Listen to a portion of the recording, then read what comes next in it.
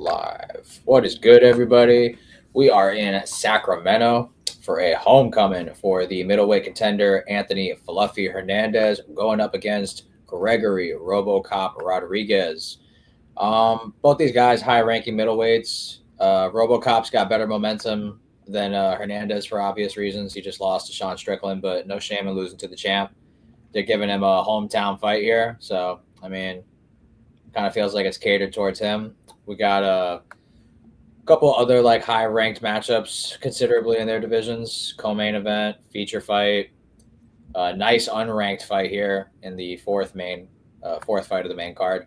But not bad for a crowded event. There's names I recognize. Yeah, I rate it like 1 through 10. I think it's a pretty solid card. I say like honestly for a fight night, I think this has a potential to be 8 or better. But I'm gonna say 8. Could have had better names, but like I like what I'm seeing as far as matchups. It's not bad. Anything you guys like to add? No, not really. Really, not that bad of fights. Some mid, definitely some mid, but nothing's really stands out as bad. So Yeah, that's something. I feel Made some that. friends, so that'll be fun. Yeah, this premium slop. Compared to the slop that we get, this premium slop, I reckon. So Yeah, better. all right. Without further ado, let's jump into the first fight of the night, our opening fight. Chanel Dyer, 7-1, representing the UK, going against the veteran Elise Reed, 8-5. Yeah, not gonna make too much of a big breakdown in this one. I rate Chanel Dyer to an extent. She was actually like a pretty decent prospect in PFL, PFL Europe to be specific. She was undefeated in the PFL. I think that she was on a trajectory where she could have potentially faced Dakota Dacheva or the likes of like a Wishneshka. She was like the PFL European champion. Maybe a Sabrina Souza. Those are like 3 fighters I rate very highly in PFL. But in the UFC, she lost her Contender Series fight, and me and Alex actually watched that fight live. That shit was so funny. Carol Foro, who actually just won her UFC debut, I believe. I forget the girl that she fought, but she was also making her debut from the Ultimate Fighter. She was young, the girl she fought, but this Carol Foro girl was aggressive as fuck and really good stand up and just walking her down. She beat the shit out of Chanel Dyer, and it was so good that Chanel Dyer got signed for literally for toughness to make it the distance. But aside from that, she was pretty highly touted in PFL. Got her ass whooped by a pretty good striker, I rate. Then she beat up Ravine Oliveira. That's really not saying much, honestly. We just saw what Juliana Miller just did to her. Now she fights Elise Reed. I'm going to go Chanel Dyer here. Let me just see if Elise Reed's ever been knocked out, because I picked Chanel by a knockout in her last fight in her debut. She's been knocked out 3 times out of her 5 losses, and she's been subbed twice. So she gets finished in these fights. She's undefeated in decisions, which shows good conditioning. So I feel like it's either KO or decision for Chanel. I don't think she has any subs. I think she likes to keep it on the feet or ground and pound. Yeah, she has no subs. But she got a lot of knockouts. So yeah, I'm gonna run it back. Let's go Chanel Dyer by TKO in, I said like second or third with Ravina. I might have said third. I'll say Elise Reed's like a little bit more tougher than Ravina Oliveira. I'm gonna go 3rd round knockout Chanel Dyer. Could be late second though. Yeah, I'm gonna have to piggyback off of Tony's pick. I do believe Chanel Dyer should win. In a way, these women are similar. They're both strikers with really not too much else. But I do trust if somebody has a little bit of grappling, it will be Chanel Dyer, just because we've seen that be the Achilles heel of Elise Reed over and over and over again. They'll both try to kind of fight at the same range. They'll kind of like pick at each other. Chanel Dyer will be kickboxing, and Elise Reed will be boxing. And I feel like when you fight that sort of range, I always have to slightly give it to the kickboxer. She's just going to be throwing more. I do think Elise Reed's hands are superior, no doubt. But Chanel Dyer's feet, knees, elbows, that's what really seals the deal for me. Not to say she's some goddess who's going to go on a run through the fucking contenders of her division. She's not gonna. I historically shit on her because she lost the fight and she just got her ass beat, and then she gets signed off of it. But if nothing though, like that proves its toughness. Elise Reed, like Tony was saying, has been knocked out a couple times. We've seen Chanel Dyer in positions where she should have been KO'd, where she was able to tough it up and make it a tough fight and a decision and get signed off of it. So I do rate that as well. I just think I've seen more better things in the 2 fights I've seen of Chanel Dyer than the career I have with Elise Reed. So I'm going to go Chanel Dyer. Kind of boring fight, kickboxing at range, could be close. I'll go decision, Chanel Dyer. Not too much is going to happen there, I don't think. Yeah, I'm gonna keep it short. I got Chanel Dyer. I'll go women's slot decision. Clean sweep for Chanel Dyer as we move on to the middleweight division, where we have what they are calling the most violent shampoo commercial ever between Jackson McVeigh 7-2 going up against West Party Time Schultz 9-3. The reason I say that is because they both have long hair, yada yada. That's just a stupid joke. But in all actual like realness, like neither of these guys are particularly good. You know, we've seen them both get finished. Wes Schultz has proven to be more of a willing grappler, I suppose, because for obvious reasons he doesn't want to stay standing on the feet. If you've watched him fight, Jackson McVeigh, I think he's proven like by default he's probably got the upside in the striking here. He's the taller, longer, younger guy. Wes Schultz was smiling at the weigh-ins today, but a lot of people are looking at it like, "Fuck, that was a bad weight cut." If this stays standing, this should be McVeigh. McVeigh has never gone the distance. Whether we think he's a good or bad fighter, he just hasn't gone the distance. So he's a kill or be killed guy. You got rear naked choke by Zachary Reese. It's not really saying too much great. You got armbar by Bruno Ferreira. You know, he has some sub threat. Wes Schultz, he got knocked out by a penis. I mean, that was inevitable if you just saw the two of them like in the face off. His win, I don't really rate. I rate Jackson McVeigh's one win in the UFC over Sindrikas Dumas more than this Ben Johnston. This guy was like coined as the grappler at City Kickboxing, but he had just retired like his last fight, and then he came back out of retirement for this fight, and he was like kind of ahead on points against Wes Schultz, which I think is bad. Jackson McVeigh, whether we think he's good or not, he's an active fighter, like who's not fucking 35 or older. Like he has a pulse. Basically, is what I'm saying. Could I see a world where Wes Schultz, you know, gets takedowns and maybe gets a submission? Maybe I could see it. But I have to think training an MMA lab with the likes of John Crouch and them, they can cook up a good game plan. I'm going to reluctantly go Jackson McVeigh here. And I will say if it goes the distance, I guess that could help Schultz just because he has more experience there. He's 1-1 as opposed to like McVeigh having no experience in decisions. But I'm going to say a finish happens. I think both these guys bring it. I'm going to go with Jackson McVeigh. I don't think he's seen a third round. So maybe I'll go second round knockout. Let me just see if he's seen a third round. I don't think so. Second, first. Yeah, he's never even seen a fucking third round. Wes Schultz has seen the third round at least. I'm going to go late second round TKO Jackson McVeigh. I think Wes Schultz is going to really, really try to get takedowns early.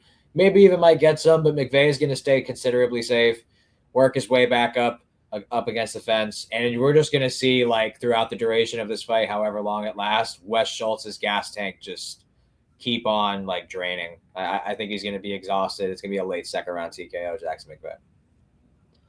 Yeah, I have to back that as well. I've seen more out of Jackson McVeigh than I have Wes Schultz. This really isn't saying much because you don't see a lot out of either of them.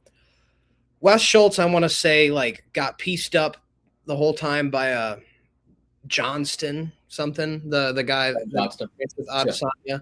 Not the real Chicago Bear coach. Yeah, not Ben Johnson. Ben Johnston. Should change his name, to be honest. He ain't the GOAT. But Jackson McVeigh, I felt like actually looked good in the win that he had in the UFC, whereas Wes Schultz, it was like a random submission after losing the whole time. I feel like, you know, he really just doesn't have much. He's like a jiu-jitsu guy that has mid stand-up. He doesn't really have anything of note on the feet. Jackson McVeigh is taller. He's longer. He's actually I can actually give him praise because, like, his clinch game is, like, actually good. Like, it's a good clinch game, and he can finish people there. Not very good at anything else. He's got some decent jiu-jitsu. Probably not as good of BJJ as Wes Schultz, but decent enough. Definitely seems like the guy that can do more harm in this fight, and I feel like Wes Schultz is a guy you do harm to him. I don't want to say he quits, but he definitely folds. You know, he definitely breaks under pressure. You know, and honestly, like Mansour Abdul Malik, when he lost to him, it was like, oh, Mansour Abdul Malik is going to be good, though. No. You know, he's not. And neither is Wes Schultz. Just shows you how much worse he is than like a guy like Dustin Stoltzfus. who we don't rate highly. There is levels to this. Dustin Schultz has pretty much manhandled Ansar Abdul Malik, who manhandled fucking Wes Schultz. So really, it's like the bottom of the barrel. I think Jackson McVeigh's got a little something, if nothing else. So I'm going to go for him. I think the BJJ takedowns are weak. There's going to be moments where he's trying to Wes Schultz is trying to drag him down at the fence, which is honestly going to favor McVeigh because he's got good hips. He's tall, he's long, good takedown defense against bums at least. At least got the frame for it. And when you're in the clinch with Jackson McVeigh, he's going to hurt you. So I'm going to go Jackson McVeigh. I'm going to say second round TKO. I think he'll open a cut with an elbow, and after that, it'll just be the beginning of the end, and it'll keep hitting him with knees, elbows in the clinch, and that'll be it. Second round TKO, McVeigh. Yeah, I got McVeigh too. Pretty much what Alex and Tony said. Losing that Mansour Abdul Malik is a horrible look. That dude's just fucking dog shit. Like, at first, I didn't think he was that good after getting exposed by Yusri Belgary, but after Dustin Stoltzfus just victimized him and actually looked good, that I'm just like, oh, wow, you're really dog shit. But anyways, besides the point, I just can't pick Wes Schultz after that, man. I was gonna go with him, but then after the Dustin Stoltzfus victimization, couldn't do it, man. I'm going with McVeigh. I'll go early first or late. I mean, not early first. Early second or late first. Yeah, clean sweep. The only thing I can give Wes Schultz is he had a decent high school wrestling record, and he's seen a decision. I guess that's literally the only thing that I can point in his direction. As we move on to the next fight of the card, we have in the lightweight division. This one's a good one. I'm telling y'all right now, this one's gonna be a good scrap. We got 11-3 Gage Young going up against the UFC debutant Stan the Drill Dorsanville. Actually caught this last guy's fight in LFA. He's undefeated. He's above average, physical intangibles at lightweight. 5'9", 76-inch reach, long arms. I want to say all finishes in his career, maybe one decision. I think, yeah. His last fight, especially against Dan Holt, this guy was 6'2", 75 reach, good striker at lightweight. He was able to put him away. And I think Holt's a good fighter in his own right. Got a sub, KO. Yeah, all of his he has one decision win, my bad, against a Congolese guy. He's 35 years old, the guy he beat by decision. It's his debut. I think early on, he can be very dangerous, but I do got to give praise to Gage Young's durability. He's just more proven at a UFC level, especially when you consider that 2 of his 3 career losses are Evan Elder, who I think is an above average lightweight. I think he can give a good fight to a lot of guys, and more specifically Quillen Salkild, especially to go the distance with a guy like that who is just finishing people left and right, it seems, in the UFC. He to go the distance with Salkild, where Gamrot couldn't even get past the first round. I think that kind of speaks to the testament of how tough Gage Young is. I like Gage Young's output. I think he has nothing particularly special like his power, speed, but good fundamental boxing for MMA standards, good enough footwork. He's just solid. I think he's just a really tough guy who has, good skill set. I think the longer the fight goes, it favors him. I could see Stan Dorsanville, having jitters for sure, but at the same time, I think his best round will be the first round. And I think Gage Young's best round is going to be the third round if we get there. My question is, what's going to happen in the middle between that? I think Dorsanville can mix in grappling, but to be able to stay fairly safe against Salkild, Thiago Moises, who is just UFC proven grapplers. Dorsanville's primarily a striker more than grappler, even though he has subs on his record. He primarily strikes, but in this fight, he might shift it. This is a tough one, but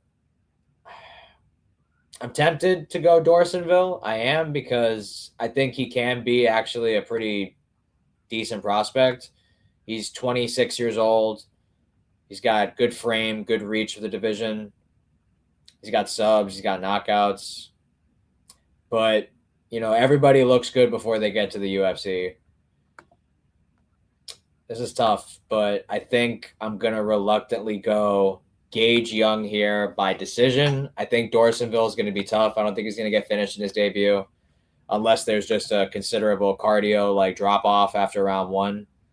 But I think I'm gonna go Gage Young by decision in a very competitive fight. I could make a case for Dorsonville to like have a good showing, but I just trust Gage Young's toughness. I've seen it more at a UFC level, and Evan Elder and Zalkind are in bad losses. And if I'm not mistaken, Gage is still pretty young in his own right. Yeah, he's 26 too. So, yeah, he's just more proven. I'm going to go Gage Young by decision in a great scrap. I think it's going to be a fight at the night potential. Yeah, this is a tough fight. Pretty much the same age, same height. Dorsonville has an advantage in reach. Coming in on short notice, originally it was Cody Steele versus Gage Young, which I do think is a bit of a style matchup change for Gage Young. Dorsonville mostly strikes, although he does have an ability to grapple. Whereas it's kind of like the opposite with Cody Steele. He's got an ability to strike, but he's coming in to grapple. And I honestly think I probably would have picked Cody Steele against Gage Young, but now it's a little bit more of an even playing field. One guy's training for this day, the other guy isn't, coming in on short notice, going to have jitters at the UFC level. Both of them look okay. Neither one of them like wows me. It's like, oh wow, this guy's going to become something. I don't feel that way about either one of them. But I guess in one way, Stan Dorsonville, we don't really know. Whereas Gage Young, I feel like I kind of know. But that also can be a positive thing because like I've seen Gage Young beat people in the UFC who are okay. Mahat Shate is okay. He's by no means great, but I'm not so sure Dorsonville would just beat him or just beat Moises. Both of those fights were close for Gage Young. We definitely kind of know where he stands. Lost to Evan Elder, who's honestly really underrated. I like Evan Elder a lot. But Dorsonville, he could come in here and win this based on physicality. But I do like the little bit of extra experience for Gage Young. He's been in the UFC. This will be his fourth UFC fight. Been on the Contender Series against Zalkind and lost, which really isn't a bad look at all at this point. And Evan Elder, I think, like that's the one like people would look at and be like, I honestly don't think that. I think Evan Elder is a good striker. Like if you're a Caucasus Dagestani guy, you're going to have a lot of hype behind you. If you're just some fucking white dude from the fucking suburbs, you're not going to get any hype on you. And I feel like that's what happens to Evan Elder. Nobody talks about him. He isn't very active either, but he is actually a really good fighter. And I think he beats all the guys Gage Young beat as well. Dorsonville, I have a lack of stuff to say really about either one of them when it comes to skill wise. They both seem well enough rounded. I think it's going to be a close fight. I think could even be a split decision, but I'm just ever so slightly going to lean Gage Young just because of the UFC experience, and I know a little bit more about him. In this case, I think it works towards Gage Young's favor. So I'll go Gage Young, 29-28, split decision or UD, but I think it'll be close. Gage Young. Yeah, I'm going to go Gage Young too. I kind of want to take a shot at the other guy, but I don't really know too much. I haven't really seen any tape on him, so I don't want to fully gamble on that. So I'm going to go with Gage Young by decision. I think he's going to have the experience factor here. He's fought in tougher comp, and I think he's going to win via crafty vet-esque. I'll go 29-28. Yeah, clean sweep. I was very much tempted to go Dorsonville, but like we all agreed on, I just think, proven at a UFC level, the gas tank. I just got to go with that ever so slightly. As we move on to the featherweight division, where we have basically a scheduled homicide, if you will, a public execution, so to speak. We have Marcio Barboza going up against Ryan Coos or Cuse. Doesn't really matter because Barboza doesn't really care about your name. He's going to put you down. Coming off his first round knockout win over Dennis Bazooka in his UFC debut, this guy is just like the epitome of just like a first round just killer, bro. Like to be honest, he actually approached it more technical than I thought. I thought he was just going to be like a brute and just run across the cage and just a fucking maul Bazooka. But he actually really hit a counter, just clean dead. So he's got a little bit of technique to him more than it appears. He's more technical than he looks. Crazy power. In 18 pro wins, 17 finishes. I think that speaks for itself. And you look at some of the losses, He has been TKO'd in 100% of his losses, his 2 career losses, but look who he got TKO'd by. This guy was the champion of like some regional scene. I'd like that one wasn't the best one, but Gabriel Santos. I'm looking at that one and I'm like, I'm not mad at it. And if you actually go watch that fight, he was doing really good, and then he just, kind of gassed and he got caught. Gabriel Santos, where the hell is he? I want to see him fight again. I think he's a very good fighter in his own right. For that to be 50% of this guy's losses, I'm not mad at that. This minus 1,000. Don't really know too much about Ryan Hughes, but I feel like I don't really need to. I feel like the Marcio Barboza is the story here. He doesn't really care about your style. He's just going to get to his style. He trains at Goat Shed. If he's under Dean Thomas, he's going to need a new coach. I'll tell you that, because especially what we've been seeing lately this week. Natividad, I don't care. Yeah, I'm going to go. Yeah, I'll go first round knockout. Like, I don't see why not. I Bazooka, like, there's a chance he's better than this guy. So that's saying something. I'm going to go Marcio Barboza first round knockout and not think too much about it.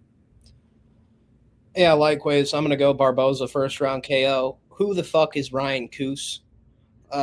Just showed up one day. He was in karate combat, I guess.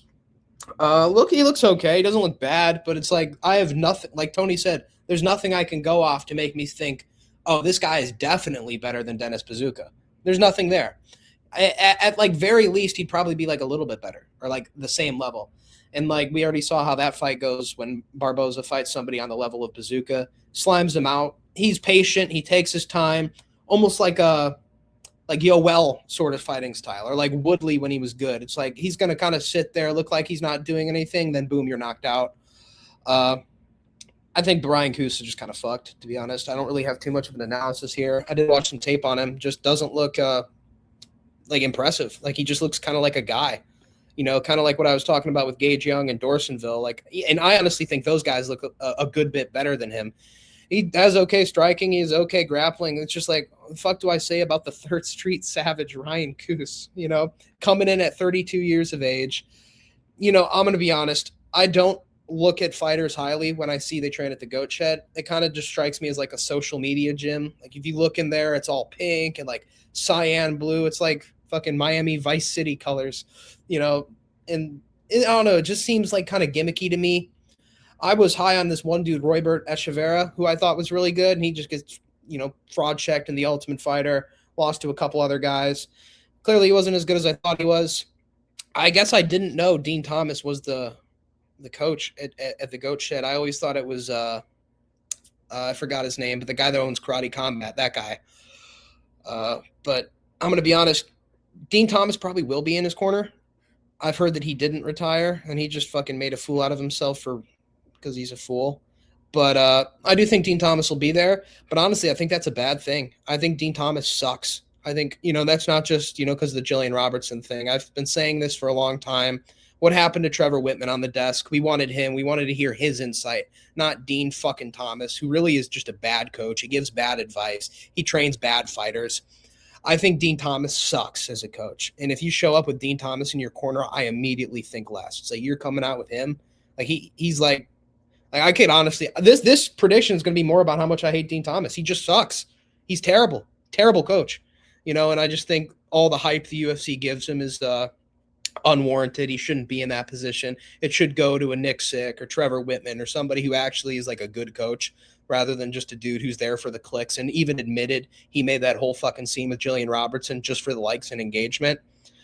And I'm not like, you are a piece of shit for that. Don't get me wrong. But more than you being a piece of shit, you're a piece of shit coach that really just does a terrible job. And I honestly, we talk about IQ when it comes to fighters. You are one dumb motherfucker if you decide to train with Dean Thomas rather than any of the other guys. ATT, Killcliff, fucking Jackson Wink, fucking Extreme Couture, Tiger Muay Thai, literally anything, AKA 4 ounce. Anything. I'll take fucking like rigging everything. You know what I mean? Yeah. Glory. Yeah. Glory. Or in the new one, the fucking Factory X.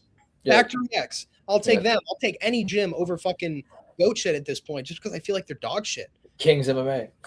I'll take it all, dude. I do not want to be coached by Dean Thomas. Maybe I'm giving a bad rep to all the other coaches in the Goat Shed, and I'm sorry about that if I am, but you need to get rid of Dean Thomas. Like, fuck him. He's terrible. I'm going to New just England Cartel. I could just keep talking about Dean Thomas, so I'm going to end it. But he fucking sucks. And that is like I wasn't going to pick Coos anyway. But even if I was, I would have heard Dean Thomas be like, yeah, you know what? He losing. Marcio Barboza, first round KO.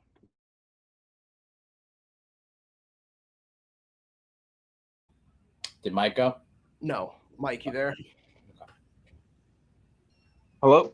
Yep. Yeah, you're good. Yeah, I'm gonna keep it short and sweet. Marcio Barbosa KO. And I didn't even know about the fucking Dean Thomas thing. I don't gotta say anything else. All right, clean sweep as we move on to the lightweight division and yet another banger on this card. We have Nasrat Haqparast representing, I'm assuming that's Afghanistan, going up against Chris Padilla. I want to double check. Yes, that is. All right. Afghanistan's Nasrat Haqparast. Coming off the head kick knockout loss, viral from Quillen Zalkid, that knockout. Coming off that, you could bench. I think it's appropriate to say momentum was definitely derailed. Because before that, he beat Esteban Rubic. He kind of robbed Jared Gordon, beat Jamie Malarkey, had a very competitive fight with Landon Quinones, even though he won in the unanimous. But he was on a streak.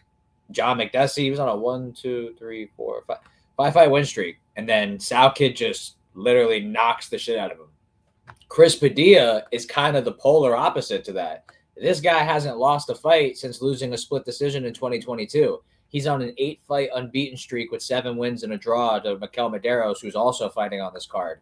We'll get to him later. I feel like, it's crazy. Like before we made this video, I was looking on Tapology. It shocked me. Nasrat Haqparast has been in the UFC since 2017, and he's had 15 UFC fights, something like that. He's got 2 knockout wins in 15 UFC fights. He has 2 knockout wins, and it's Jamie Malarkey and who else he knocked out? It was Joaquim Silva. He doesn't have power, even though he has 10 knockout wins and 18 pro wins. At a UFC level, he only got 2. He's got very technical striking, grappling, but I think he's his coach really saves him more than anything with Sahabi. I think they have a good camp at TriStar. But I just think this is a difference in momentum. Chris Padilla hasn't lost since 2022. Nasrat was on a win streak, and he just got head kick knocked out in the first round. I think Mike brought up a good point when I was talking to him. It's pretty easy to say, Chris Padilla has the damage and the finishing upside in this fight, it feels. And even though, Nasrat may be a more technical striker, what he did against Esteban Rubic, another kind of, close fight, it was impressive. I think Padilla can make it ugly. He can invest in leg kicks. He has good elbows for optics. His durability, at least at a UFC level, is proven to be pretty good. He arguably didn't, win the Jai Herbert fight, but I actually rate Jai Herbert striking, especially his kicking, as opposed to Nasrat. Nasrat doesn't really kick for the most part. He's kind of just a boxer. I give the kicking upside, the knees, the elbows. I give the auxiliary weapons to Padilla in this fight. I think if Nasrat isn't low-key being perfect with the boxing or getting legitimate top time, I don't see as to how, you can trust him for 15 minutes, in a cage with Padilla to not get caught, cut, or hurt, or lose like a brawl type situation. If the grappling isn't working, I think he's in trouble. I'm going to go Chris Padilla. Do I go knockout? I think he's catching Nasrat at a good time, Is his confidence going to be the same? Things like that. Those are legit concerns. And Padilla, he's got a lot of finishes in his career. Out of 17 pro wins, I want to say at least 12 of them are by finish. Let me see. 9, 5, yeah. 14 pro wins by finish. 3-3 in decisions. I don't think he wants to take the chance to go to scorecards. The last time he went to scorecards, he had a draw and he won a split. I don't think he wants to make it that close. I think if he wins this, he's going to want to separate. I'm going to go. I don't think he's going to do it as easy as Zalkid. I think Nasrat will poise some resistance, or he'll just fight more cautious and safe and buy himself time. But ultimately, I think Padilla is going to track him down. I'm going to go third round TKO Chris Padilla in a scrap. Hey Alex, could I go real Yeah. quick? Go ahead. Yeah, Tony kind of explained what I said before, and look, if you look at the recent fights of what's his name, Nazareth, he hasn't really been the one that leads the fight out of damage. He's kind of just point fighting you and shit like that. And I don't like that against a guy like Chris Padilla, because when Chris Padilla goes to like those type of decisions, he'll get the nod off of just elbowing your face off. And not even that, he's a very good volume fighter. Like he'll bring in the pressure. I picked against him in his last fight, but I thought he won. Like I thought that was a weird robbery win. I mean, a weird robbery of a fight. Like I didn't think it was a draw. It was pretty competitive at the end, but I didn't think it was like anything like anything to cry home about. But anyways, I'm going with Chris Padilla. I'll go 29-28 off of just damage. I think that maybe Hack Brass could win off of like out like he could probably outland him, but I think he's gonna get dropped a lot and get cut a lot. Chris Padilla is tough, man. I think if and I think he's kind of like around the Bobby Green level. Like I could just so see him outboxing him.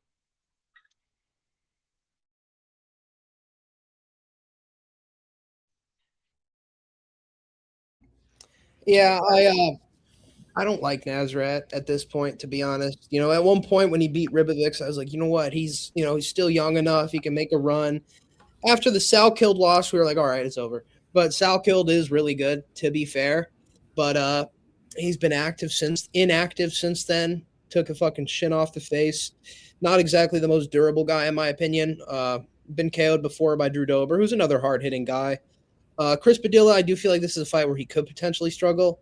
Had a draw against Markel Medeiros before, who's kind of just, to be fair, isn't the same style as Nazareth, but Nazareth can kind of fight on the back foot and make it a boring fight and somehow still get the judge's decision like he did against Jared Gordon.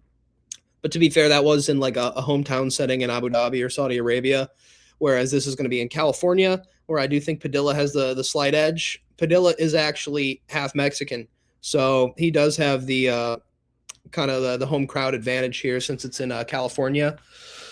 Better wrestler. I think he can strike with Nazrat as well. I like his counters. He hit Rongju with a really timed, a good elbow. And it was the week after Superlek hit the same elbow on Jonathan Haggerty. And he said, like, in his breakdown, he's like, yeah, I saw Superlek do that. So I saw the opening and I did it. So I do feel like this is that's a good thing. He's a student of the game. He watches film, watches tape. He adds that stuff to his game. He is still, even though he's 30, he's still trying to improve, get better, make a run. Whereas I feel like Nazrat, he might just be kind of falling into that, I'm a top 20 guy, top 30 guy. Whereas I think Chris Padilla's got a little bit more ambition. He can go a little bit further in his career. And I just like the well-roundedness. He's a guy that can strike on a level with Nazrat, and he's going to be able to out-wrestle Nazrat. And I like the elbows. I like his strike selection. I like the tape watching. I'll keep it short and sweet. I think Chris Padilla is a good fighter, and I've been kind of rooting for him to get into the rankings and do well. So I'll go Chris Padilla. I'm going to say third round ground and pound TKO. I think he'll tire out Nazrat. I think he'll get him in positions where he can hurt him, and I think he's not really going to be able to power through. Nazrat really won't be able to power through it. So I'm going to go Chris Padilla by TKO in the third after kind of a long, grindy fight where the striking is close, but when Padilla's on top on the ground, he's doing damage. And that's where it happens. Ground and pound TKO, third round, Padilla. Clean sweep for Taco as we move on to the heavyweight division where we got the return of Shamil Gaziev representing Bahrain going up against Nigeria's Kennedy Nezachokwu. Interesting fight here in the heavyweight division. Shamil Gaziev coming off of a back-to-back knockout losses, is it? Yeah, back-to-back knockout losses over Brando Pericic and Waldo Cortez Acosta, which I don't think is really a bad thing. I think Waldo Cortez Acosta clearly was the better boxer, and Pericic was the better kickboxer for obvious reasons. And they're just kind of better athletes than Shamil Gaziev. I think you look at Shamil, and I was showing Alex the other day, like what Shamil Gaziev looked like before he came to the UFC. It's Louis Sutherland-esque. Like he looked like in shape, lean. And for what it's worth, actually, this fight week he actually looked leaner than he has in his past couple fights. But really, when he was coming to the UFC, like on the regional scene, he looked like a different person, and he is turned into a blob. Now he fights a former light heavyweight, Kennedy Nzechukwu, who, just off sheer being on the lighter weight class, you'd have to say he's the more skilled striker. He's the more skilled athlete. He is a weird one because durability wise, like he's only been knocked out 2 times in, what is it, like 21 fights. He has been subbed twice as well. He's not a great grappler, so maybe Shamil Gaziev should lean into his wrestling more so. But at a UFC level, like he hasn't really kind of showed that. He's kind of been willing to brawl and willing to strike. Durability wise, like coming off back-to-back knockout losses, I guess Kennedy's catching him at a good time. He's coming off the draw to Marcus Buchecha, where a lot of people felt like he did enough to win the fight. Before that, he got heel hooked. The OSP split decision loss isn't a great one, but for what it's worth, I don't think Shamil Gaziev can push 15 minutes and look as good as OSP did. I feel like at some point he naturally has to fatigue in the fight. I could see a world where Shamil Gaziev just blitzes him and Kennedy's chin just like wants to not act like real for a second, but I think it's like near pick 'em odds at this point. Gaziev's got the better record, but I just think Nzechukwu coming from the lighter weight class, there should be a pretty decent speed, like a difference. He has like long reach. He's not small. Yeah. I trust his gas tank more. So long as he doesn't get KO'd in the first round, I kind of feel like he has more ways to win than lose. Unless Shamil wants to grapple in this fight more so than he has. But I don't really expect him to. I think he's going to kind of do what he's just been doing the last 2 or 3 fights and just go forward and have a good fight. I'm going to go Kennedy Nzechukwu by... I think I'm going to go back-to-back third-round TKOs. I think Kennedy, he's not the most powerful guy, but I think he has a pretty decent cardio advantage in this fight. He has a pretty decent speed advantage in this fight. He's long. I think if he stays safe post round 1, I expect a drop off from Shamil in output and power and danger overall. I think it'll be a sweat early, but then I think it'll kind of be a little bit of smooth sailing. I'm going to go third round TKO, Kennedy Nzechukwu, to an exhausted Shamil Gaziev. This is a tough fight. You have seen both of these guys quit before. In Kennedy's case, it was being a bitch. I'll be honest. Gaziev, it was more just this guy is so fat, he can't do anything. I remember looking at photos of Gaziev this week and thinking, oh, he's gotten in a little bit better shape. Looking at him at the weigh-ins right now, maybe a little bit, but I definitely think the shirt, whatever he was wearing that day, was helping him. Still fat, but I'm going to be honest. I got the blob here. I got the blob by first round KO. I've seen Kennedy go down to elbows that don't land on some real Andrei Arlovsky shit. I feel like Gaziev isn't a bitch. I feel like he's fat, and that's different. He quits because he's tired. Kennedy quits because it's like, oh, no more. Stop hurting me, Whereas Gaziev, I think, has got a little bit more dog in him. Despite him gassing out and running into the fence head first, he didn't really give up on himself. His corner's just like, all right, dude, you're going to die of a heart attack. Let's not. So I honestly think Gaziev's got decent hands, though. I think if he touches Kennedy will just fucking quit. And, I don't think that for Gaziev. I think if Kennedy touches Gaziev will still be in the fight until he gasses out, inevitably. But we have seen Gaziev go 3 rounds, hold people down for 3 rounds, and kind of win like that. So I do think that's a method of victory as well. I'm kind of just done with Kennedy. I trusted him originally on his heavyweight run. But at this point, it's like, how many more times can I watch you get fucked up? Gaziev been getting fucked up too. But I feel like, Brando Pericic is a really good fighter that I rate highly. Waldo's a good fighter in his own right too. A top 5 heavyweight, no matter what you think about him. But I'm going to be honest. I'll give Kennedy the Walter Walker one, but, don't be making a draw with Marcus Buchecha. I don't even think he's in this fucking sport anymore. That was almost a year ago, too. Been inactive. I don't like Buchecha. I think he sucks. You should be fucking him up. And I think Buchecha is a way weaker grappler than Gaziev is, too, if Gaziev decides to go that way. But honestly, my pick is going to be Gaziev by first round KO. Like I said, I just think fucking once he hits him, Kennedy will just, ooh, and you just won't be able to handle it. Like these guys at heavyweights, he's beaten. Fucking Chris Barnett. Enough said. Lucas Bresky, who also fucking sucks. Lost to Walter Walker. Okay, fair enough. You're losing to good guys. You're beating cans. Then you're going to a draw with Buchecha. Getting fucking outpaced by OSP, who's probably on roids, let's be honest. But I think Gaziev's got similar timing on his right hand to Jacoby. That might be a hot take, but I like the timing on his hands when he like gets his KOs, like the Thomas Peterson KO. I really liked Gaziev's hands in that fight. So I'm going to go Shamil Gaziev. The blob gets it done in one before, cardiac arrest can set in. Kennedy gets KO'd because he's a bitch. Gaziev first round KO.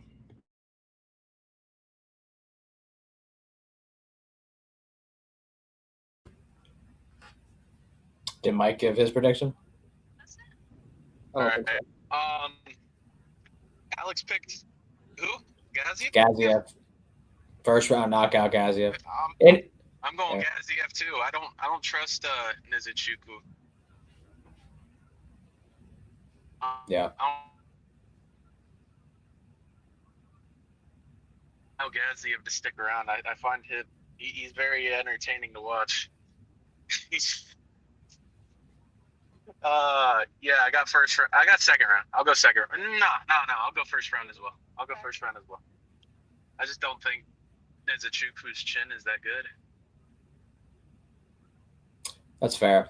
And y'all defense, like Gaziev's 3 pro losses are all in the UFC. Jairzinho Rosenstrike, Brando Pericic, Waldo Cortez Acosta, Kennedy Nozachoko probably loses to all those guys more often than not as well.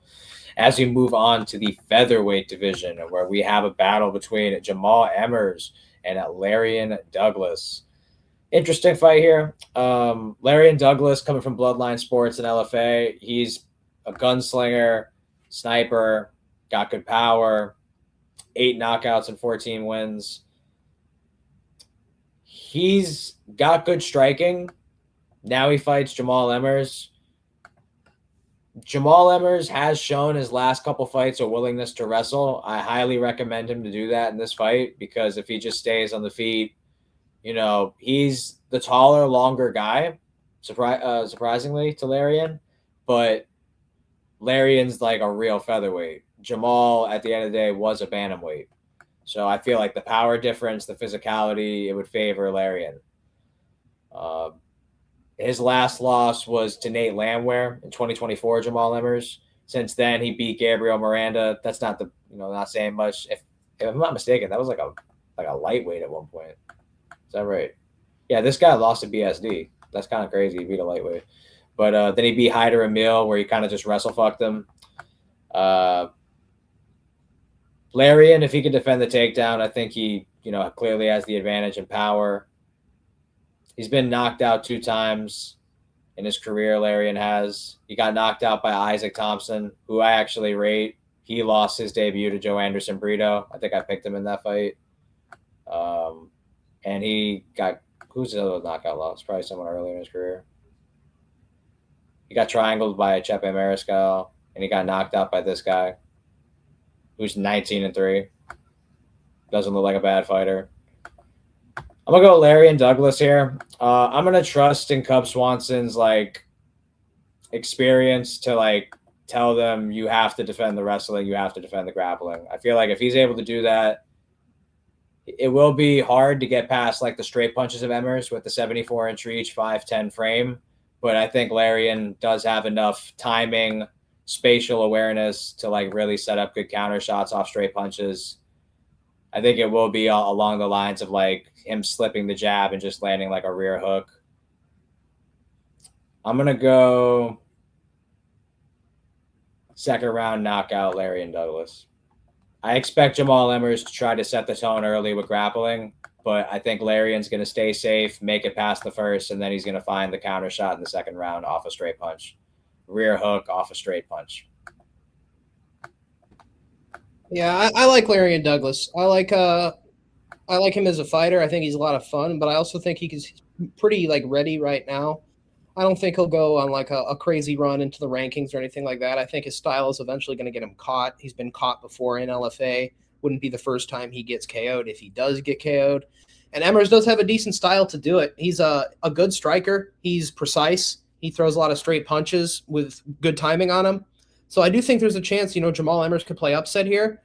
But there's something about Larian Douglas that I kind of saw in that Nate Landwehr fight against Jamal Emmers, where he just goes, and I don't think he'll have to take the beating that Landwehr had to in order to take out Emmers.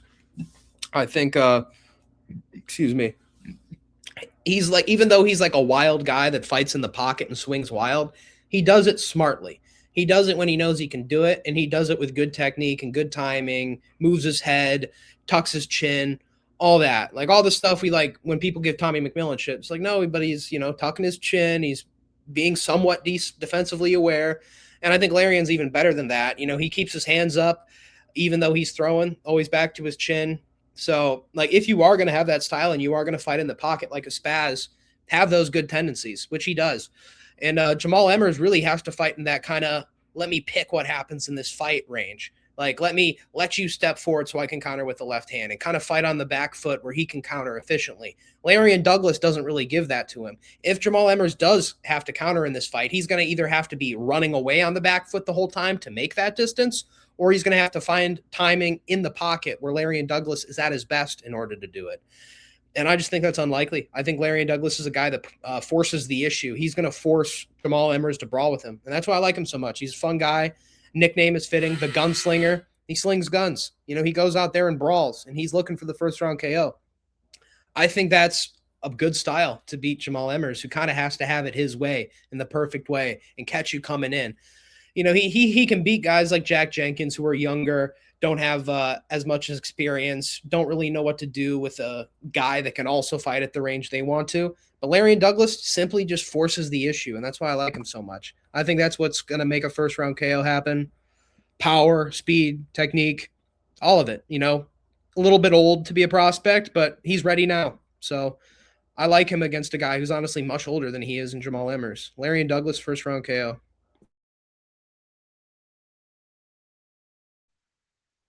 Yeah, I'm going with Larian Douglas too. I like him. He's a really good contender on the block. I think he's very entertaining to watch. I'll go second round TKO for Larian Douglas. Clean sweep for the gunslinger as we head to the main card opener. Just to note, they put Larian Douglas on the prelim headliner. Just realized that. As we move on to the main card opener, the UFC debut for both heavyweights. Anthony Wint making a record return. He was on the Contender Series like 2 weeks ago. Now he's fighting in the UFC. It's crazy how quick the business works. As he fights his debutant opponent, Terrence Chapman. So Anthony Wint was a linebacker at the University of Florida International, FIU. And then he went on to play linebacker for the Jets in the NFL. So that in itself is an achievement. That speaks to the athleticism, as you can see. I think he's like 6 feet.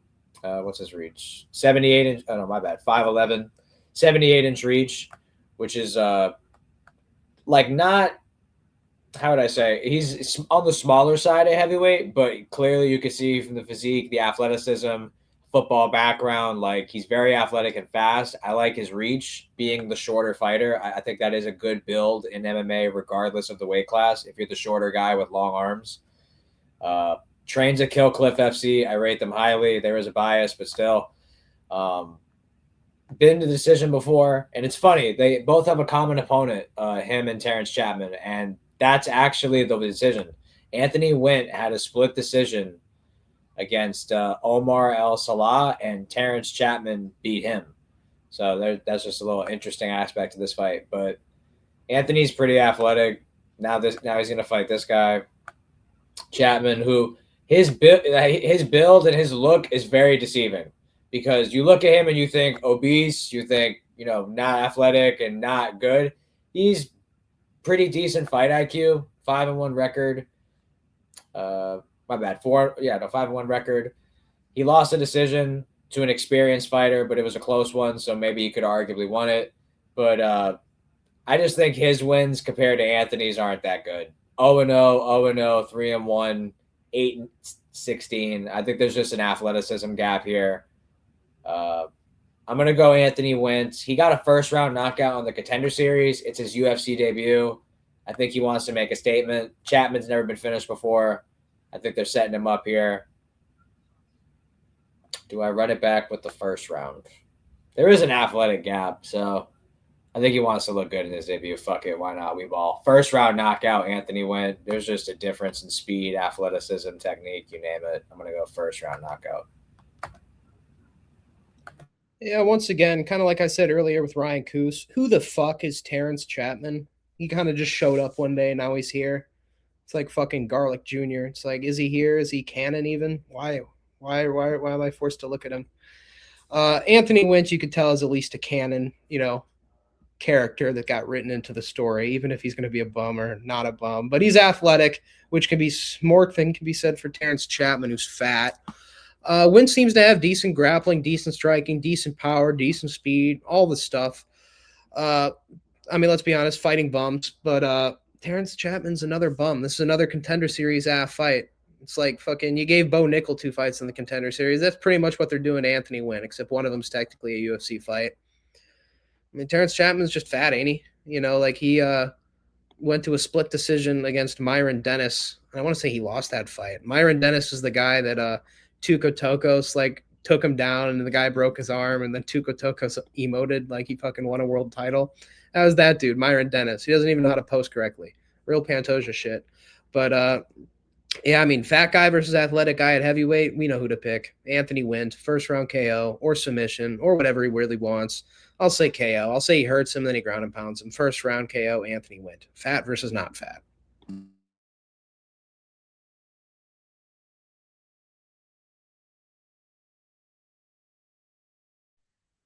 Mike, your turn. I got Anthony Witt, first round KO. I ain't got really anything else to say about this one. I think he's just going to slime the dude out. Yeah. Clean sweep for Anthony Wynn as we move on to the women's flyweight division, where we have the UFC debut of Jessica Chavez going up against Carly Judice. Now, you look at Jessica Chavez's record and you see 7-0 and undefeated. And then you look at Carly Judice and it's 6-2. You would think, this is a close fight, or maybe even Chavez could be the favorite. At least if you just blindly looked at their records and their pictures, not even pictures, just their names and stuff, and just blindly looked at their records, you would oddly assume, not even oddly, you would conventionally assume the undefeated fighter would be favorable. But there's a difference here of minus now 600 for Carly Judice over Jessica Chavez, who's the undefeated fighter. Is that a lot? Yes, I do think it is a lot, but I get it, and I'm gonna tell you why. Jessica Chavez, I do like her story a lot. It's kind of unique. They could make a little movie about it. She is a ring girl turned fighter. She's now an undefeated fighter. She had a really good scrap on the Contender Series. That was actually my nomination in one of our award show years for Women's Fight of the Year, 3-round Fight of the Year. It was her scrap with Montenegro from Argentina. That was a really good Contender Series fight, an absolute war. And Chavez showed me she got heart. She's got dog in her, but I do think Carly Judice has really crispy striking, hence her nickname, Crispy Carly Judice. Her fight IQ is a bit questionable, though, because, her last fight against Juliana Miller, she was clearly beating her on the feet, and then, she grappled. So hopefully she doesn't make the same mistakes in this fight and actually just continue with the striking. But I respect the dog and the grit of Chavez. So I'm going to go Carly Judice by decision in a very fun striking fight. And I think it's going to be just a good fight. I think Chavez will be willing to throw down, will be willing to trade in the pocket, but ultimately I'm going to go Carly Judice by decision. Yeah, for women's fights, this should honestly be pretty fun. Both girls are going to strike. Both are pretty entertaining in their own right. But I do have to lean heavily towards Carly Judice. Jessica Chavez, a striker, no submissions. So that kind of rules out her wrestling to a victory. Split decisions in her last two. One against Eunice Dubin, who's I want to say is the Carly Judice victim in the first round. I want to say. Yeah. Yeah, so She did have a UFC debut. I'm tripping. Yeah. yeah, I think Chavez. I don't know. I get the feeling like she's one of those girls that is good, is tough, but probably might care a little bit too much about other stuff outside of the sport. Carly Judice, she would be working at like a pipe fitting plant if it wasn't for MMA. Like she'd be, you know, in a warehouse somewhere. So I think she's a little bit more all in. Carly Judice is, I feel like, got the more crispy striking. Overall, just seems to be the better striker. More power behind her kicks, her hands, a little bit more intention behind what she does. I'm going to go Carly Judice by third round TKO. She's gotten a couple third round TKOs. I like her head kicks. I like her hands. And in a striking match where there really isn't any grappling, I do favor a girl like Carly Judice. I feel like when somebody starts grappling, that's when it can become closer than it can. Like even against a bum like Juliana Miller, where she has to think about that, it'll go the distance. But I feel like in a fight where she doesn't really have to worry about that, she can kind of work her way into it and get a TKO. I could see it being similar to the Cagliari finish. I like the third round. After both girls kind of got each other range, I think Carly Judice will make the most of it and hit her with a game-winning shot. Third round, Carly Judice. I'll say head kick. Yeah, I'm going Carly Judice. I'll keep it short and sweet as well on this one. I'll go with decision 30-27. Clean sweep for crispy Carly Judice as we head to a banger in the lightweight division. Another potential candidate for fight of the night between Markel Medeiros, 11-1-1, going up against Mason Jones, 18-2, representing Wales. This is a banger in the lightweight division. I give the technical edge in striking to Markel Medeiros. He's shown in the Chris Padilla fight that he could manage range very well. Good kicks, trains at Factory X. There's a bunch of good sparring partners from there. 6 TKO wins and 11 wins. He's been the distance before. Had a competitive fight with Austin Hubbard. It was a split. Really won that fight because of a cut he opened in the third round, I believe, like on the ground with Hubbard. Then he beat Mark Choinsky in his debut, in Mark Choinsky's debut, and then he had the draw with Chris Padilla. He's very technical, but now he's fighting an absolute dog in Mason Jones. I think I picked, I'm pretty sure I picked Axel Sola against Mason Jones. I thought he was going to mix in grappling more, but he just wasn't able to really get that going at all. Mason Jones is the epitome of a dog. 20 pro fights, never been knocked out. This guy is just a dog, bro. Tougher than like a $2 steak. Like really, like this guy, you're gonna have to hit him with a car, and he probably still is gonna be standing. Like this guy is just tough as nails. Really good win streak since coming back to the UFC. His only losses are Ludovic Klein and Mike Davis when Mike Davis cared about fighting. At one point, he was a good fighter when he cared. But yeah, he hasn't lost a fight since. 1, 2, 3, 4, 5, 6, 7. 7-fight win streak. I just feel like Medeiros needs everything to be perfect, needs everything to kind of like not go his way, but keep his tempo, keep his rhythm, keep his pace. Mason Jones doesn't care about your game. He imposes his will, whether it's in the striking, whether it's in the clinch. This fight, though, like I feel like Mason Jones is kind of cashed in on his like exciting fights, like opportunities. If there was ever a fight to really like pursue a grappling route, I'm telling you, this is the one. Like Austin Hubbard was able to pretty much win arguably 2 rounds, like with wrestling. If he could do that, I think that you could get to positions where, like, didn't he like? I want to say he had like top time on Balagioki, and he was just starting to like tee off on him, just something like that. I think he can break Markel Medeiros. So I think there's a potential for that to happen, but on the flip side, early on when they're both fresh, I do think Markel Medeiros can do good with the straight punches, with his kicks, circling, using his footwork.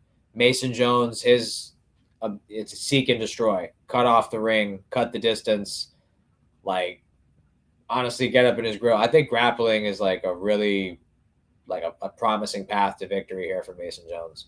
I could see a sub, ground and pound TKO. Markel's never been finished. He's very durable. But Mason Jones, I just think the pace and the tempo that he's going to push is going to be very hectic, very hard for Markel to like get his game going. So I'm going to go Mason Jones. Man, Markel's like fairly tough, but I think Hubbard could have won that fight if he just like didn't get out damaged in the third. But he's pretty like durable, Mardero. So maybe I will say that I'll go Mason Jones by decision. But I think he will like put a pace on him. He could break him. I'll go decision. Yeah, I think on one end you can look at Marco Medeiros and see like, oh, he's undefeated. He must be pretty good. Or I guess he's not undefeated. He has one loss. He's pretty good, which I think was a while ago. I don't remember him losing in the UFC. Yeah, it was early in his career. Draw against Chris Padilla. I feel like if anybody won that fight, it was Chris Padilla. Mason Jones is a guy who just puts it on you. He gets in your face, and I feel like we saw Padilla do a little bit of that. He, used the wrestling. He got into that closer range and, fought him in like elbow distance. I think, fucking what the fuck? This fucking, it's like a little fucking fly. Fuck you. Fuck you. Hold on, I'm gonna just smash his ass. Bah! All right, that's done. He's dead. Mason Jones is a pretty good fighter. Tough, good grappling, breaks people. And Medeiros has got a style where it's like, yeah, you can be broken, definitely. You don't fight in the pocket. Your whole game plan is to avoid being hit, even if it means taking no risks yourself. And that's kind of the thing about being a UFC fighter. The whole thing is a fucking risk. So, you're in a sport where you hit people and get hit, and just this cautious game plan of I'm not going to hit very much, and I'm also not going to get hit very much is the complete opposite style of Mason Jones. Mason Jones doesn't give a fuck if he gets hit. His whole point is, yeah, I'm going to hit you harder than you hit me. Whereas Medeiros is, I'm not going to hit you a lot, but I'm also not going to get hit a lot. That ain't the way Mason Jones plays. Like, he gets in your face and he will make the fight what he wants to be. Kind of like I was talking about Larry Douglas earlier. He's going to get in your face and make this the fight he wants to make it. And, like at range, what am I seeing out of Markel Medeiros? Fucking jabs, low kicks, teeps, stuff that doesn't do a lot of damage. And we've already seen against bummy fighters, they can make it kind of close. Fucking Austin Hubbard can arguably win. Mark Choinsky, a bum coming in off the regional scene on short notice, can like almost win a round. And you can't finish him. We saw the knee on the Contender Series. We're like, oh, this dude's going to be pretty good. Close fight with Landon Quinones. Landon Quinones arguably won. Arguably that shouldn't have been a draw. Padilla should have won. So I think, against a guy like Mason Jones, he's really going to try to win this like hard. And that's why I respect it. And that's just a bad style for Medeiros. He isn't interested in making this close. He isn't interested in skating by. He isn't interested in not taking risk. Mason Jones by finish. I'm going to be honest. I think Medeiros, and this is just a prediction, I think Medeiros is the type of guy to get hurt, start getting ground and pounded, and be like, oh, this shit sucks. Take my neck.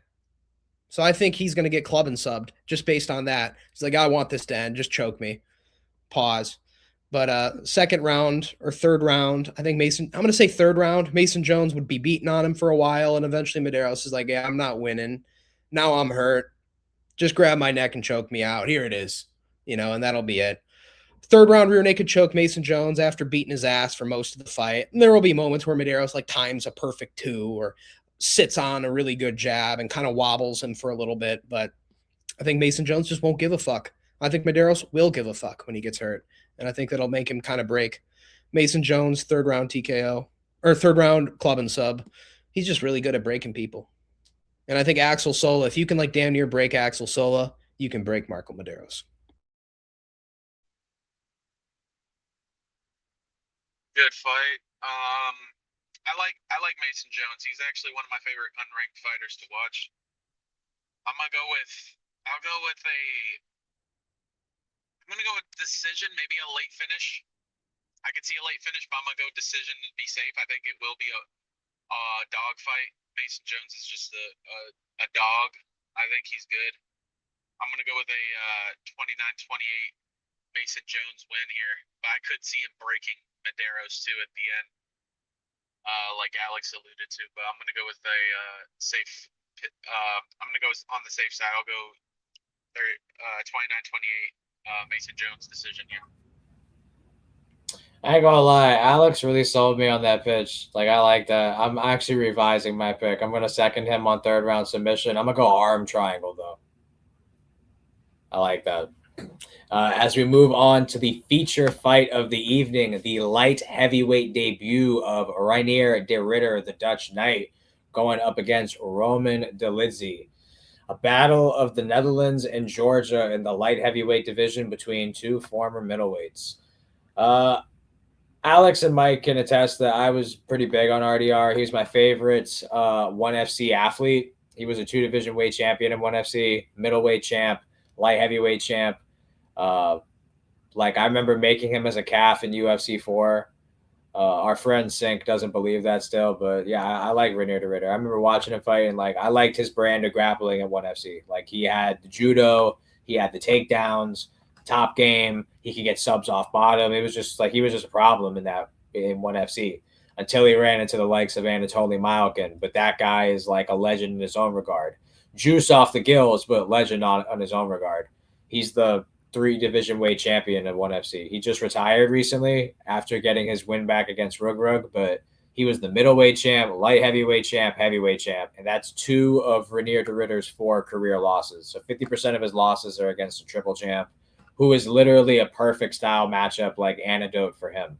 That guy is like roided, Russian, like brick shit house, crazy takedown defense, knockout power, and like above average endurance than you would think. Like, he can go the distance too. And his other 2 losses are Brandon Allen in an upset that I didn't expect to happen, especially after the way the first round was going. He ended up quitting on the stool in that fight. Very bad look. And then he lost to Caio Bahayo in a fairly competitive decision, honestly, in my opinion. But all those career losses I don't think are bad. Now his counterpart, Roman Dolidze, similar situation. Most of his career losses are not bad, all UFC level. Mavov, Christian Leroy Duncan, Fluffy, who's the main event of this card, Marvin Vettori, former title challenger, and Trevin Giles, especially when Trevin Giles was a good fighter at one point before he became a cop. Pretty durable for the most part. Only been subbed the one time by Anthony Hernandez when he broke him. That was a career performance from Anthony, put on a beating. And his other losses are by decision. So he's a pretty tough guy. I'm going to go Reinier de Ridder here, though. He's just more used to fighting at light heavyweight than Roman Dolidze is. Roman Dolidze's like 1 win at light heavyweight is like Anthony Smith. I don't really rate that at all. I think there is a grappling difference here. Roman Dolidze did do crazy shit like back in the day against like Jack Hermanson and other people, but especially that Hermanson performance.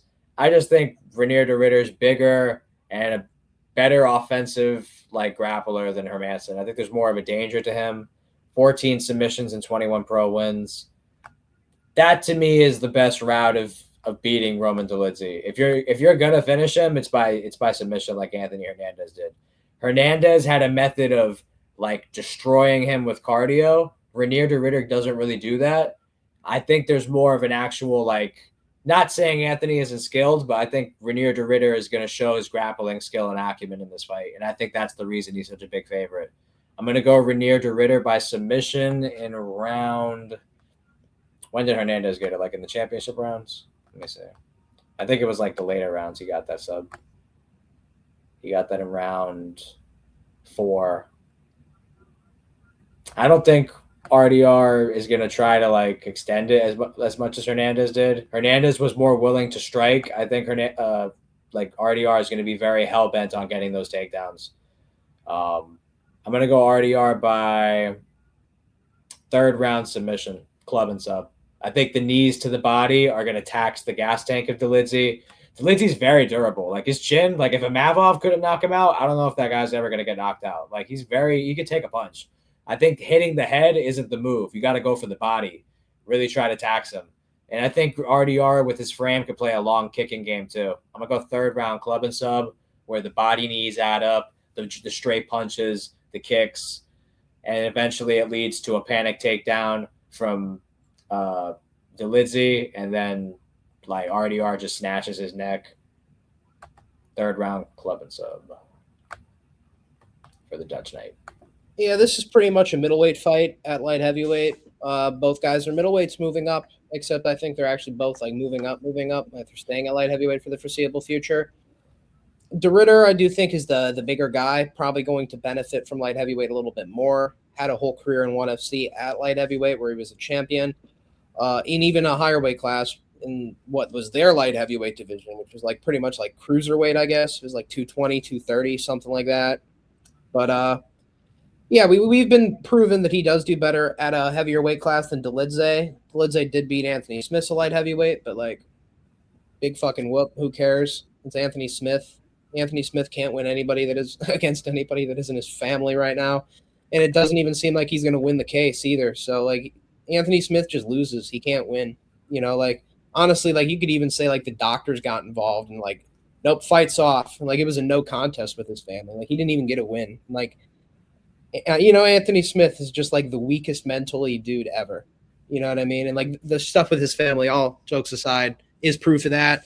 He curled up into a ball against Roman Dolidze just like he did every other fight. So I can't really give like props to Roman Dolidze and be like, oh yeah, you made him bitch out. Anthony Smith is nothing but a bitch. He bitches out in and outside of the octagon.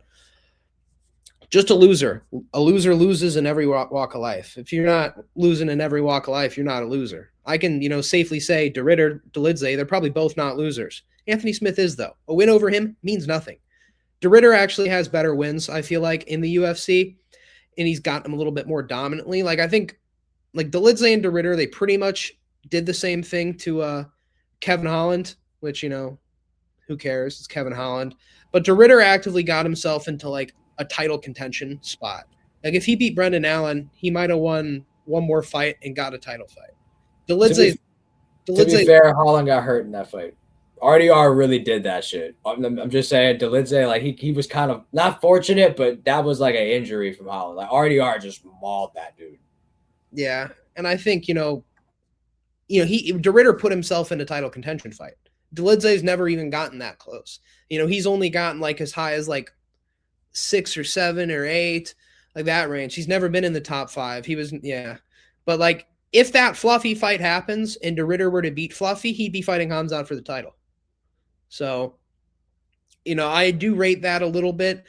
Bigger guy, more physical guy. I think the grappling level is close, but I would favor De Ridder. He's got a little bit more accolades when it comes to it. Dolidze, kind of just like a bummy jiu-jitsu guy without too many wrestling takedowns or anything like that. Whereas De Ridder's got a little bit more. He's got a little bit more nuance in the clinch. A little bit. I would say he's the goofier fighter on the feet for sure. Doesn't necessarily make him worse, though. I think the body knees do help. Dolidze isn't very good himself, but I do think on like a strict technique level, his punches, his kicks, they do look better than De Ridder's. But De Ridder, I do think, has better timing, and he throws these shots at better times.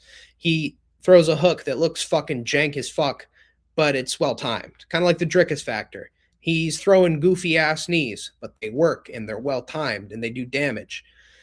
And I think the body knees of De Ridder will help him in the clinch scenario, where I think he'll be a bigger guy, better grappler, which will help him against Dolidze. I think this fight will go the distance. I think there'll be kind of like a chess match on the ground where De Ridder does get the better of it, but he's still respectful of the fact that Dolidze could, in theory, catch him in something. And on the feet, it'll be close to a little bit better timing by De Ridder, a little bit better technique by Dolidze. But I do think, in general, De Ridder's a little bit better off. So I'm going to go De Ridder, decision, 29-28 or 30-27. I think it'll be pretty dominant for De Ridder, but I could see Dolidze having moments of making it hard for him, especially on the ground. So I'm going to go De Ridder, decision.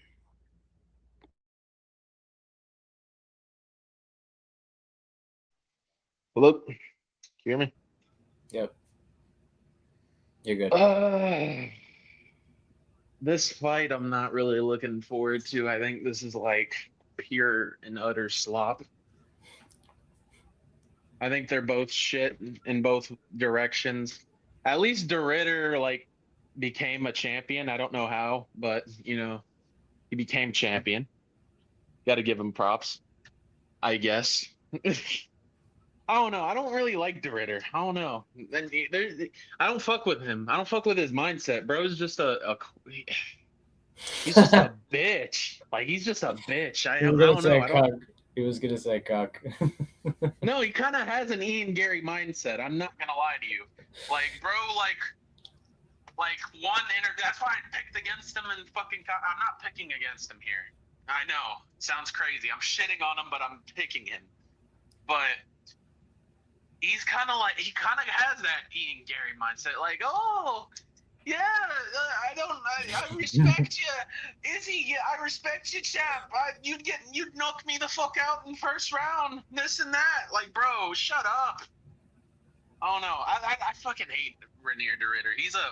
He's got a pussy mindset. I hate him. I want to see him lose.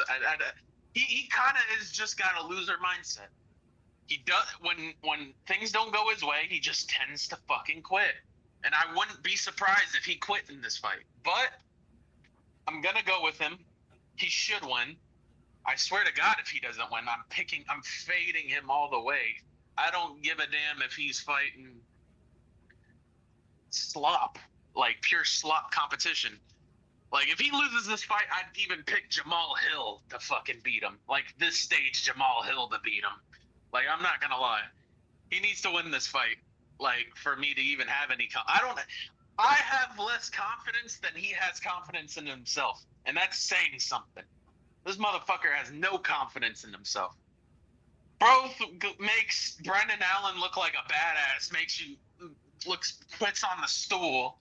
Then he's out here, like, doing humiliation rituals, saying that people are going to knock him out and stuff like that. And then he did this shit again in the fucking media day. He was like, oh, Whitaker's back at 205. I don't want to fight him again. I don't want to fight him again. He hit hard. He hit me hard. Now, imagine him in the new weight class. Like, bro, shut the fuck up. I hate this cunt. But anyways, enough of I'm sorry. I'll go, saying I'm going Renier DeRitter is just disgusting. Makes me sound like I'm a Ian. I'll go Renier DeRitter by submission, I guess. I'll go submission or TKO. Oh, God, that hurts. Clean sweep for the Dutch Knight. Remember, there is no shape or form of Roman Dolidze that beats Robert Whitaker at 185 or 205. As we move on to the co-main event of the evening in the heavyweight division, we have the polar bear of Moldova, Sergey Spivak, going up against Vitor Petrino, representing Brazil. This is an interesting fight in the heavyweight division. This is the jump for Petrino. This is where he can really etch his name in the top 15, top 10 caliber of the heavyweight division. He's on a win streak ever since moving to this division. It was the right career move. After going on his first losing skid in his career, he was undefeated going up into the Anthony Smith fight, was winning it all the way, and then shot an ill-advised takedown into a guillotine. Literally gave Anthony Smith the only way he could win the fight. Then had a competitive fight with Dustin Jacoby. It got absolutely quick-scoped in the third round. It was just an absolute nasty knockout. Just one punched him. It was so brutal. Then he moved to heavyweight, beat Austin Lane, used the grappling.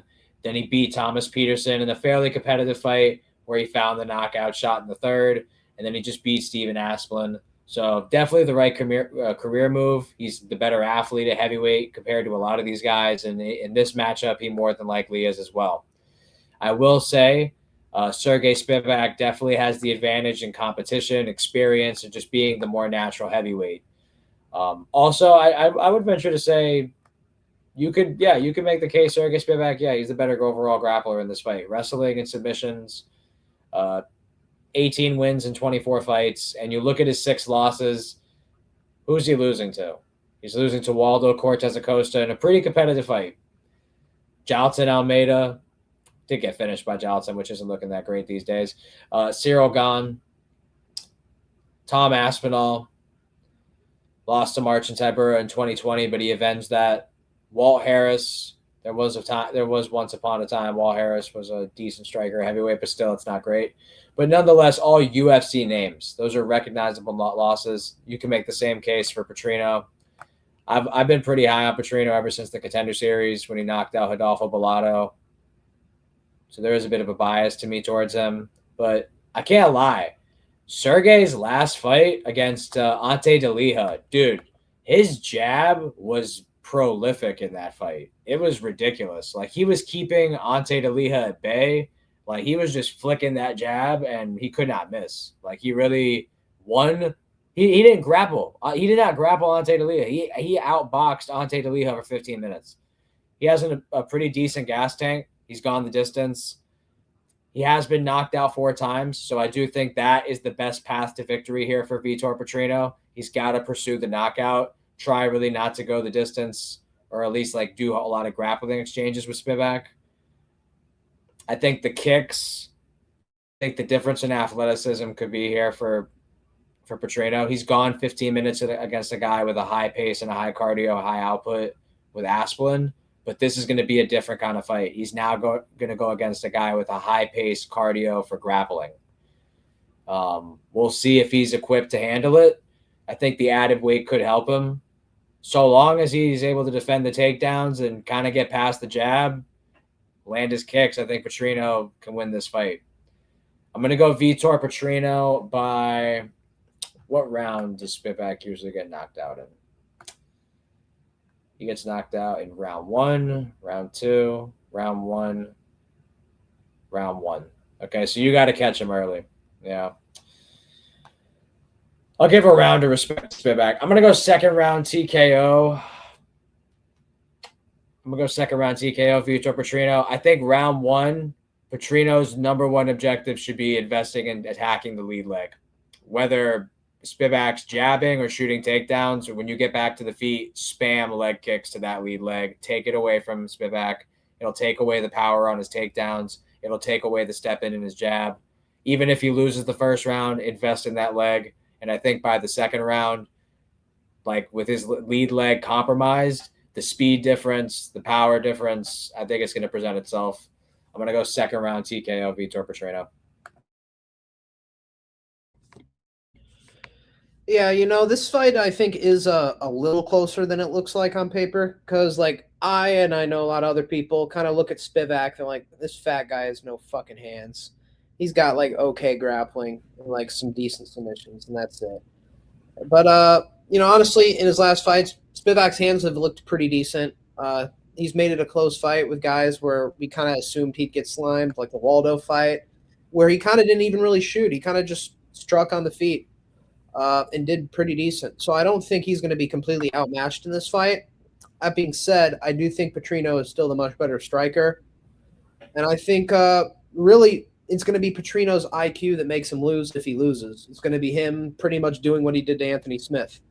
Shooting in, going on the grappling, when the fight on the feet's going well, and just getting, like, subbed.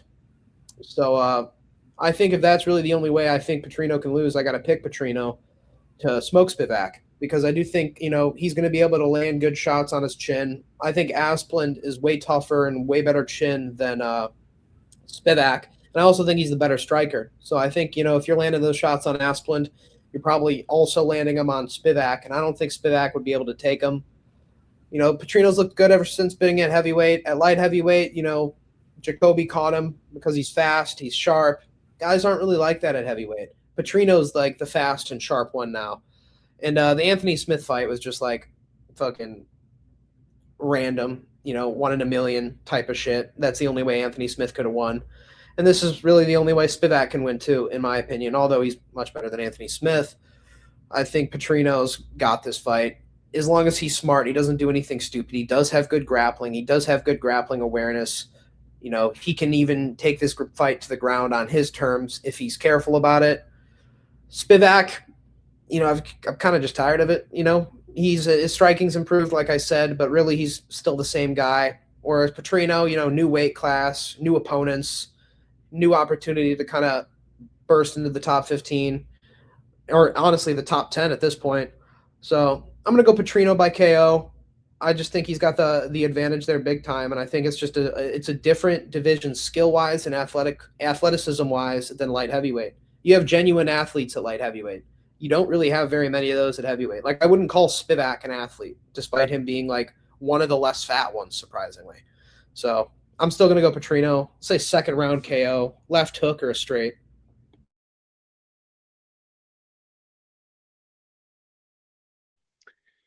Yeah, I'm gonna go Petrino as well. I think I don't know. I just don't really think Petrino's that good.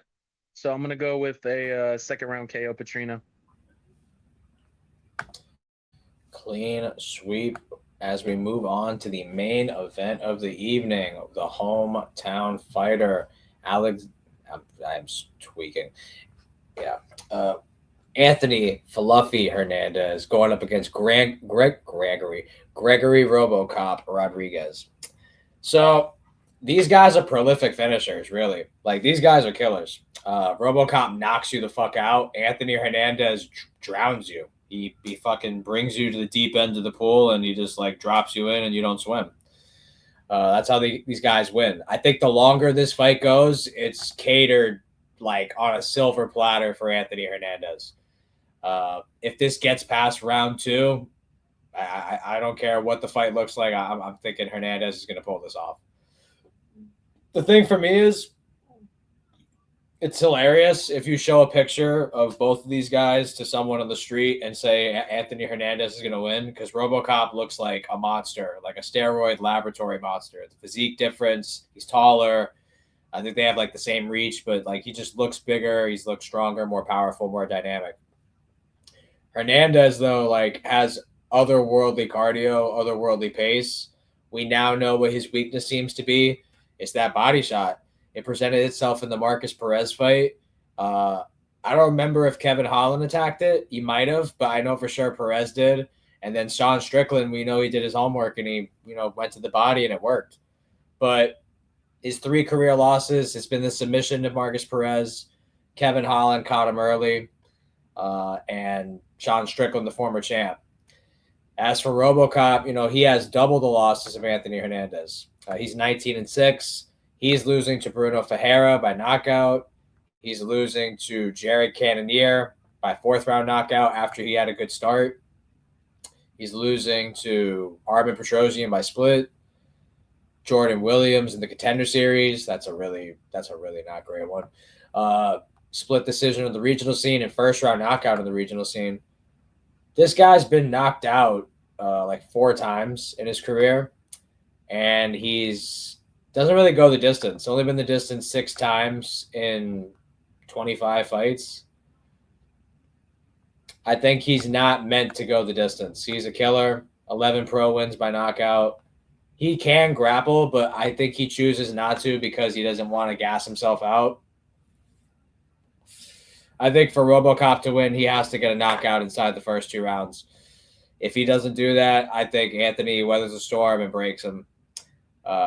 I'm torn between submission and TKO because I think he can take the back of RoboCop after he's tired.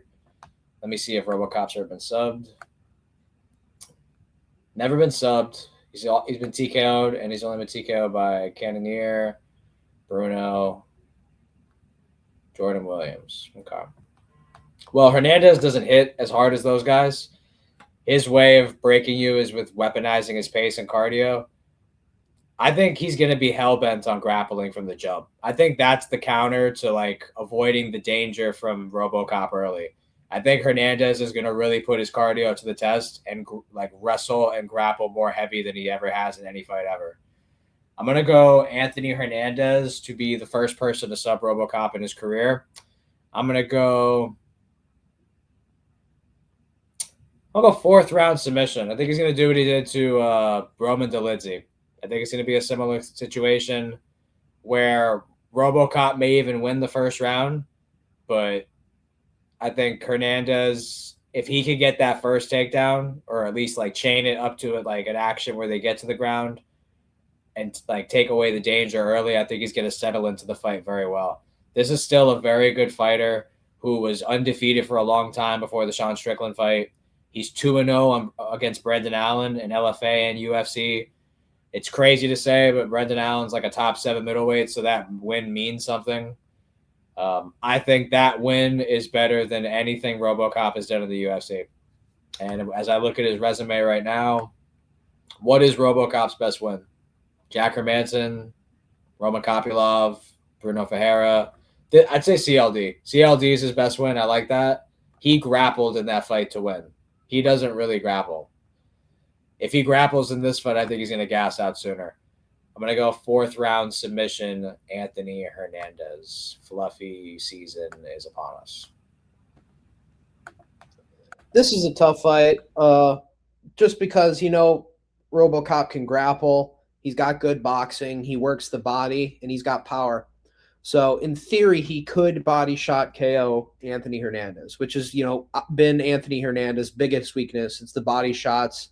RoboCop can do that. And that's scary. But I do feel like Fluffy is tough. He's just weak to the body. It's not like a toughness thing where he quits. He's just, fluffy. He's weak to the body. You're always going to be able to hurt him there. But I think that's becoming a little bit more aware across the division. So I do think RoboCop is going to try to target that. But I also think Fluffy is probably looking at it like this is a weakness of mine now that I didn't really pay too much attention to. Guys are going to try to work this in the future after the Strickland fight. It can happen. I could see RoboCop getting it done with a body knee or body punch within the first couple of rounds. But Fluffy, he's kind of like Merab in the way he doesn't necessarily need to get you down right away.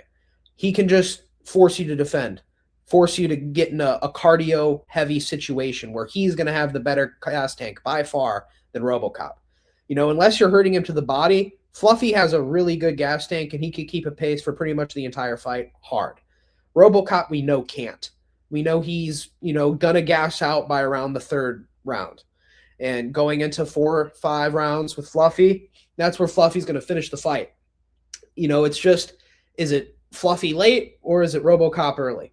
If it is RoboCop early, he's going to have to do body work, something that Fluffy has probably been training to avoid, just as much as RoboCop's probably been training to hit it. But I think Fluffy's game plan here is wrestle, wrestle, wrestle. RoboCop's probably going to defend takedowns. He's a big guy and he's got good grappling awareness. But you just keep shooting and shooting and shooting and shooting and shooting over and over and over again. Because we've seen time and time again with guys like Merab, guys like Fluffy Hernandez, even guys that don't really have the gas tank of them, like an Islam or a Hamzat. The more you shoot, the more the other guy has to carry your weight. And he has to fight off this type of offense that you're mounting him. If you do get him down or if you are on top of him in the fence, he now has to carry, 185 pounds of muscle, or not muscle, but 185 pounds, probably more. And that's just the type of stuff that's going to make it harder for RoboCop to get the finish, and it's going to make it easier for Fluffy to get the finish.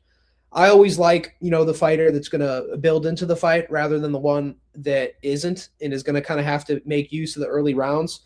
Like RoboCop, he does, not have the greatest cardio, and he does do his best early. But that doesn't mean he's really throwing crazy. Like RoboCop's never been a guy to just throw a bunch of punches and just go after it like a Larian Douglas or a Mason Jones would. He's going to be a little bit more technical, which I think gives Fluffy a little bit more space to kind of get his own boxing going and eventually work into the takedowns where he actually is getting them and they're not attempted takedowns. And he can actually spend a couple minutes on top of RoboCop and stuff like that.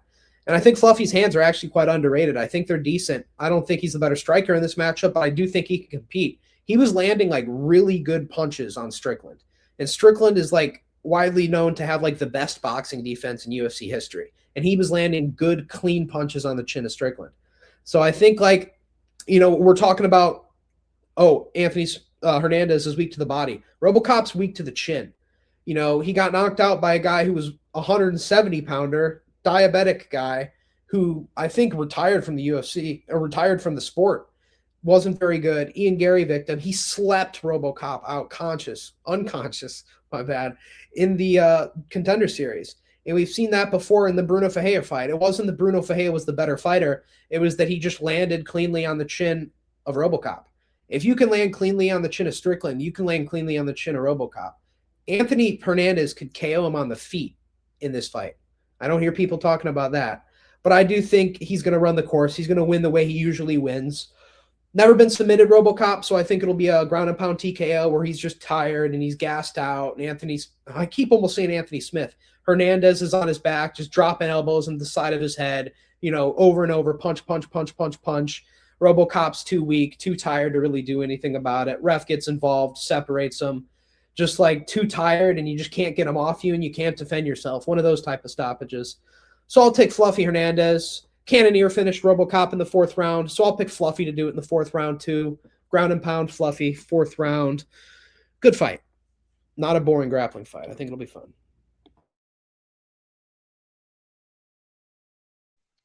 Mike. Alrighty, main event time. I like Fluffy, and I think I've had some times in the channel where I pick against RoboCop. The motherfucker still finds a way to slime people out, but I don't think it's going to be the case here. I think there's levels. Anthony Hernandez is way better than all the people Gregory Rodrigues has fought, in my opinion. Who did he just lose to? His last loss was to Cannoneer, right? Yeah. Yeah, that's not a good look in hindsight, bro. Like, I get it, Cannoneer's Cannoneer, but like, you lost to somebody that's older than you, bro. That's not that good of a look. I know, like Tony and Alex said, like, Fluffy's weak to the body and stuff, but I've seen Fluffy, like, I don't know.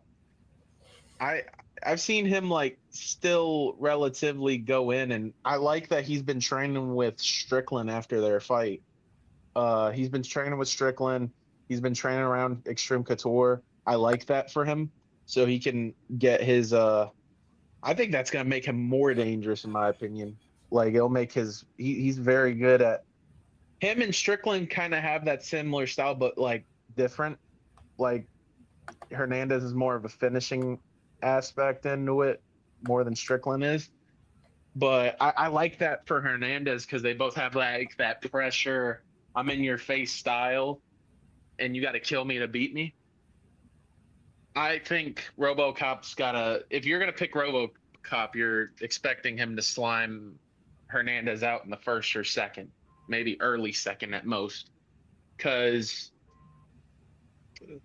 Bro's gas tank is not that good, and I think that's gonna be bad, especially if you're going against a guy like Fluffy, who can grapple, who can dictate the output. I think the only way to put him out is if you got some like Yoel Romero-esque power, or go to the body.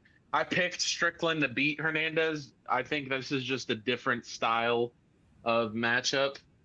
Like, I don't really see RoboCop as all that. I think he's just kind of like a brute merchant. Like, I think he just fights people that he's in better shape against. And then once he fights somebody, like, it sounds crazy because I'm picking Fluffy, but once he fights somebody that's like above his level and stuff like that, as soon as the competition gets better, like, he crumbles, and I don't like that. I'm gonna go with a 3rd or 4th round TKO for Fluffy. I think he's gonna eat some of RoboCop's shots, and he's just gonna do his signature like aura farming shit where he just smiles at him. Like, I think Fluffy isn't bad, man. I think that people that are picking against him are kind of like, just he's only lost to Strickland. That's not a bad loss. Strickland's not a bad loss.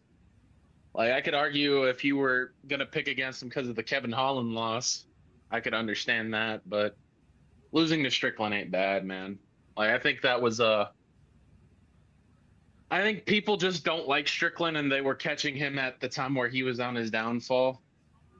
Well, it looked like it was on his downfall because he got two-peated by Jerkis, but Strickland is still good, man, and it's proven he's now the champ again. Like, he's This is not a bad loss. And now he's training with the dude that he lost to. Like I think that's a very good training partner to have, especially if you have the similar style with more of a finishing output. Like I think this is going to be bad for Rodriguez here. But yeah, I think I've yapped far too long. I'm going with a third or fourth round TKO fluffy win here. Yeah, it's back in the win column. Yeah, I think those are all great points, and so like especially what like both of you guys were saying, like the hit Sean Strickland, that's like one of the most defensively sound fighters ever. Not only from a striking standpoint, from a grappling standpoint, his takedown defense, his submission defense, like he's even though he says let's do the man dance, let's go to war, he is like statistically one of the most like sound fighters ever, like on defense. Like he never really gets it clean. RoboCop just swings and he goes for it. Should be a good one nonetheless. Yeah, there you have it. UFC Sacramento. Those are our picks. We appreciate you guys. Make sure to go like and subscribe to the video. If there's anything you guys like to add, feel free. Not really. All right, sounds good. Appreciate y'all for watching. Peace.